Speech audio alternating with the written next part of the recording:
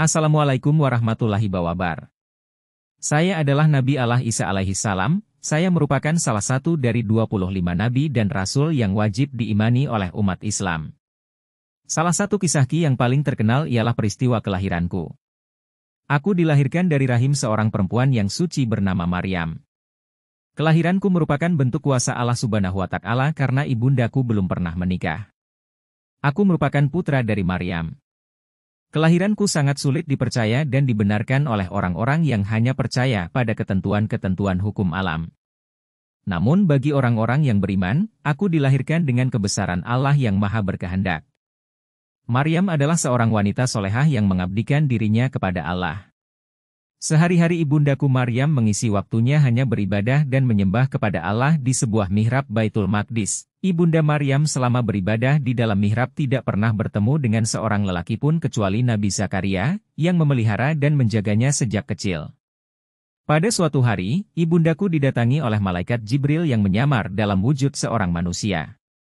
Begitu melihat ada seorang laki-laki berdiri di hadapannya, terkejutlah ibundaku seraya berkata, "Sesungguhnya aku berlindung kepada Allah, Tuhan yang Maha Pemurah jika kamu adalah orang yang bertakwa." Maka malaikat Jibril pun menjawab, "Sesungguhnya aku hanyalah utusan Tuhanmu." Malaikat Jibril kemudian mengabarkan berita gembira dari Allah. "Wahai Maryam, sesungguhnya Allah telah memilih dirimu, mensucikanmu, dan melebihkanmu dari wanita-wanita lain di dunia. Hai Maryam, sesungguhnya Allah menggembirakanmu dengan kelahiran seorang putra yang diciptakan dengan kalimat yang datang dari Allah, anak ini bernama Isa Al-Masih putra Maryam. Ia akan menjadi seorang yang terkemuka di dunia dan akhirat. La dapat berbicara sejak dalam buayan dan ketika dewasa ia akan termasuk di antara orang-orang saleh." Setelah kejadian itu, ibundaku hamil. Ia pun segera keluar dari kampung halamannya untuk menghindari fitnah dari kaumnya. Sampai akhirnya, di suatu tempat yang bernama Baitul Lahmi, Palestina, ibunda menyandarkan tubuhnya di sebuah pohon kurma dan lahirlah seorang anak yang bernama Isa. Setelah melahirkanku, Allah berfirman kepada ibunda agar tidak menjelaskan apapun ketika bertemu dengan orang-orang, bahkan ia juga diperintahkan agar meminta orang-orang itu berbicara langsung kepada anaknya saja. Ketika ibundaku kembali ke kampung halaman, orang-orang melihatnya dengan perasaan sinis dan benci. Mereka merasa heran akan kejadian yang dialami oleh Maryam yang melahirkan anak tanpa suami. Orang-orang pun bertanya kepada ibundaku untuk mengetahui siapa ayah dari anak. "Hai Maryam, sesungguhnya kami mengenalimu sebagai wanita baik-baik. Ayah dan ibumu bukanlah seorang yang hina dan buruk. Mereka adalah orang-orang yang saleh lagi suci, dan siapa engkau mewarisi sifat yang seburuk ini?" Kejinya tuduhan orang-orang itu membuat ibundaku hanya terdiam membisu, lalu dengan tenang ia menjawab, "Jika kalian ingin mengetahui apa yang sebenarnya terjadi, maka bertanyalah pada anakku ini. Hai Maryam, bagaimana mungkin kami dapat berbicara dengan bayi yang masih merah ini? Apakah kamu gila?" seru mereka. Tak lama kemudian, dengan izin Allah aku yang masih bayi pun bisa berbicara, "Sesungguhnya aku ini adalah hamba Allah. Dia memberiku Alkitab dan dia menjadikanku seorang nabi. Dia juga menjadikan aku orang yang diberkati di mana saja aku berada, dan dia juga memerintahkan kepadaku untuk mendirikan salat serta menunaikan zakat selama aku hidup.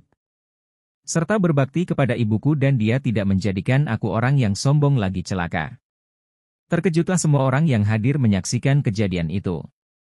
Mereka sadar, tidak mungkin ada seorang bayi bisa berbicara. Atas kehendak Allah Subhanahu wa Ta'ala, aku bisa menghidupkan orang yang sudah meninggal. Salah satunya adalah Sem, putra Nabi Nuh. Bani Israel meminta kepadaku untuk menghidupkan kembali Sem. Dengan memohon kepada Allah Subhanahu wa Ta'ala. Maka, Sem pun hidup kembali, untuk menjawab pertanyaan dari Bani Israel dan menceritakan peristiwa banjir besar yang terjadi pada masa hidupnya. Setelah itu, aku berdoa, dan Sem pun kembali menjadi tanah. Walaupun sudah ditunjukkan dengan berbagai mukjizat, namun kebanyakan kaum Bani Israel tidak mau beriman. Mereka tetap pada kekufuran dan bermaksiat kepada Allah Subhanahu wa Ta'ala. Bahkan mereka juga menuduhku sebagai tukang sihir. Setelah berhasil menghidupkan orang yang telah mati, aku pun bertanya kepada Bani Israel, "Apa kalian sudah percaya dengan adanya hari kebangkitan atau hari akhir?" Mereka pun hanya diam tak bersuara karena kaget melihat apa yang baru saja terjadi. Hingga akhirnya mereka berkata bahwa mereka belum mempercayai kenabianku, mereka lantas meminta untuk menunjukkan mukjizat yang lain.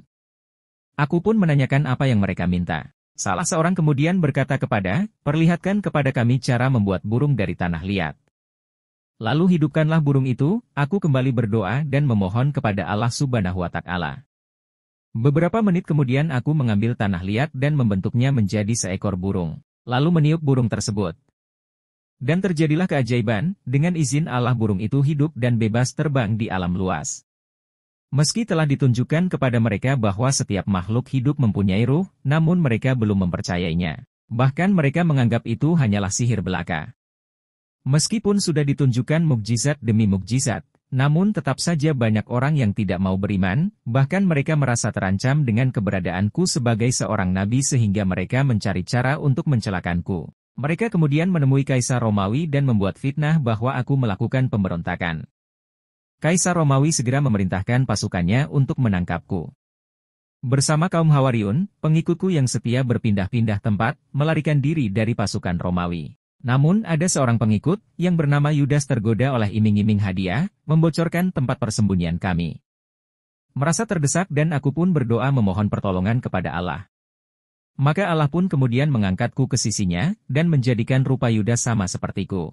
Akhirnya tentara Romawi menangkap Yudas dan menyalibnya. Setelah itu orang-orang Yahudi mereka menganggapku telah mati selama 3 hari dan bangkit lagi padahal sesungguhnya mereka dalam keraguan-raguan atas siapa sebenarnya yang telah mereka bunuh di tiang salib itu. Setelah peristiwa itu mereka juga menganggapku sebagai Tuhan, padahal tidak pernah sekalipun aku menyatakan diriku sebagai Tuhan atau menyuruh mereka untuk menyembahku. Ketahuilah pada masa yang akan datang dengan izin Allah maka aku akan turun dari langit ke bumi. Untuk membantah orang-orang Yahudi yang beranggapan telah membunuhku, aku juga akan meluruskan kekeliruan mereka yang menjadikanku sebagai Tuhan, membunuh semua babi dan menghancurkan semua salib yang ada di muka bumi ini. Dan yang paling utama aku turun ke bumi untuk membantu Imam Mahdi dan umat Islam melawan fitnah Dajjal sang Mesias palsu. Aku akan hidup selama 40 tahun di bumi ini menjadi seorang Muslim dan umat Nabi Muhammad Shallallahu Alaihi Wasallam. Aku akan wafat dan dikebumikan seperti orang Muslim pada umumnya.